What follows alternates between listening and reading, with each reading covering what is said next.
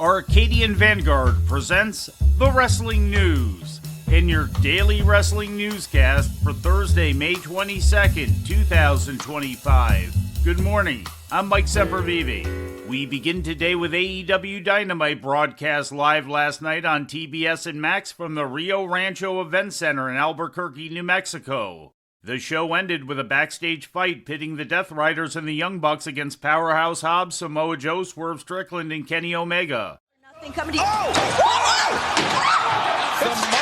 Powerhouse Hobbs, picking their spot. Wow! And getting the anarchy started a little early. And Joe's a man of his word. As Hobbs delivering now, who's the Yuta with the kendo stick. And now the Death Riders descending on Joe, Moxley, Claudio, Yuta, and Willow with the trash can led Marina Shafir. This is all breaking down. And months of frustration, Marina and Willow. And there's Swerve and Shibata and Kenny Omega. In the main event, Mina Shirakawa defeated Julia Hart. A brawl took place after the match with Shirakawa continuing to fight with Hart, and then Sky Blue hit the ring to help Hart against Shirakawa, only for AEW Women's Champion Toni Storm to run in from ringside and take out Blue. Shirakawa and Storm then fought, with Shirakawa taking out Storm's knee. AEW World Champion Jon Moxley teamed with the Young Bucks but went down in defeat to the team of Swerve Strickland, Powerhouse Hobbs, and Samoa Joe when Strickland pinned Matt Jackson. A brawl broke out after the match, with Katsuyori Shibata, Willow Nightingale, and Kenny Omega coming out to help Strickland, Joe, and Hobbs fight off the Death Riders. The show opened with an in-ring promo confrontation between Will Ospreay and Hangman Adam Page, the two Owen Hart Memorial Cup finalists scheduled to meet at Double or Nothing. You're a cowboy. You're the one we're meant to look towards when times are hard, but you haven't been doing that. You've been staring out of a window. You've been looking for Swerve. Your attention hasn't been on being the guy. It's been on him. And I get it.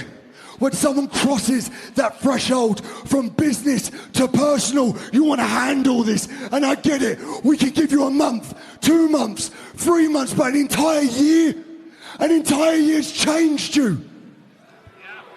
Kids don't look up to you no more, bruv. Men, the boys backstage have lost respect for you. A woman screamed in Tether when you nearly killed Swerve and you wanted to go back for more. I'm not that guy. I am just a guy that is going to show up and do my best. But before you write me off, my best has beaten MJF, Bryan Danielson, Kazuchika Okada, Kenny Omega, Chris Jericho, name it. Every single one that said they're the best, I proved them wrong. During an in-ring ceremony, MJF was officially welcomed into the Hurt Syndicate. At the conclusion, AEW World Tag Team Champions Shelton Benjamin and Bobby Lashley were confronted by Sammy Guevara and Dustin Rhodes, their opponents at Double or Nothing. In another in-ring promo confrontation, Jamie Hayter faced off with her Double or Nothing opponent, Mercedes Moné, ending with Moné taking a cheap shot at Hayter, but Hayter getting the better of it. In other results, Ricochet pinned Anthony Bowens. Mark Briscoe jumped Ricochet after the match, but Ricochet got away. In WWE news, the company is planning to launch NXT Europe later this year, according to a report from Mike Johnson. The plans reportedly include the signing of multiple talents for the new brand, although no specific names have been officially announced. The launch comes 3 years after the shuttering of NXT UK, with the company at the time indicating that it would lead to the creation of an NXT Europe brand. That launch was reportedly stalled by the 2023 purchase of WWE by Endeavor. In movie news, Roman Reigns is in talks to appear in a new movie based on the Street Fighter video game, according to a report in Deadline.com. The role he's being considered for is rumored to be Akuma, although that has not been confirmed. Reigns' name was mentioned in the article alongside actors Jason Momoa, Andrew Koji, and Noah Centineo, who were reportedly also in talks. Reigns has previously appeared as an actor in the 2019 motion picture Fast and Furious Presents Hobbs and Shaw alongside Dwayne "The Rock" Johnson. The upcoming Street Fighter film is being produced by Legendary Pictures along with Capcom, the creator of the original video game. A previous Street Fighter movie adaptation was produced in 1994. And in news from outside the ring, a 24-year-old cold case involving the disappearance of a former professional wrestler was closed this week, according to a report from the Santa Fe New Mexican.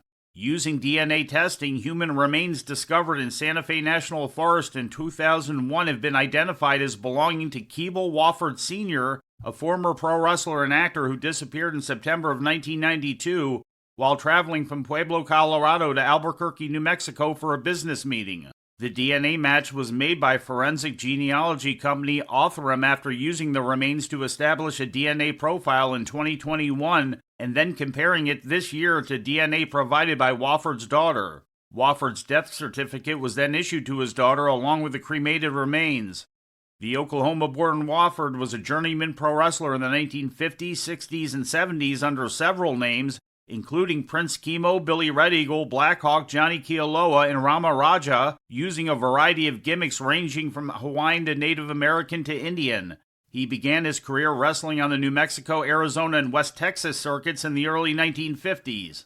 He moved out to the West Coast at the end of the decade, wrestling for Cal Eaton's WWA in Southern California, as well as the Pacific Northwest.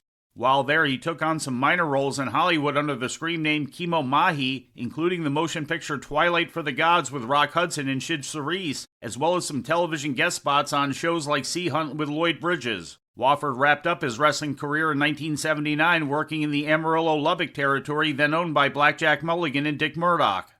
The circumstances of Wofford's disappearance and death remain unknown. He is the fourth missing person successfully identified in New Mexico using the DNA technology of the Texas-based Othram Company. And before we leave you today, we'd like to remind you that however you consume your content, you can find the wrestling news 24 hours a day and 7 days a week across social media. On Twitter, follow us at Wrestling News AV. Our Facebook page is also Wrestling News AV. The Wrestling News can also be found on the Arcadian Vanguard YouTube page. And for those who utilize Amazon Echo devices, just tell Alexa to play the Wrestling News podcast. And remember to make sure you add podcast at the end. Once again, for daily updates, breaking news, and more, follow the Wrestling News across social media. And that's the news for today. If anything happens, we will be here to tell you about it. No clickbait, no paywall, just the Wrestling News. The Wrestling News is a division of Arcadian Vanguard, and the Wrestling Newscast is a production of the Arcadian Vanguard Podcast Network.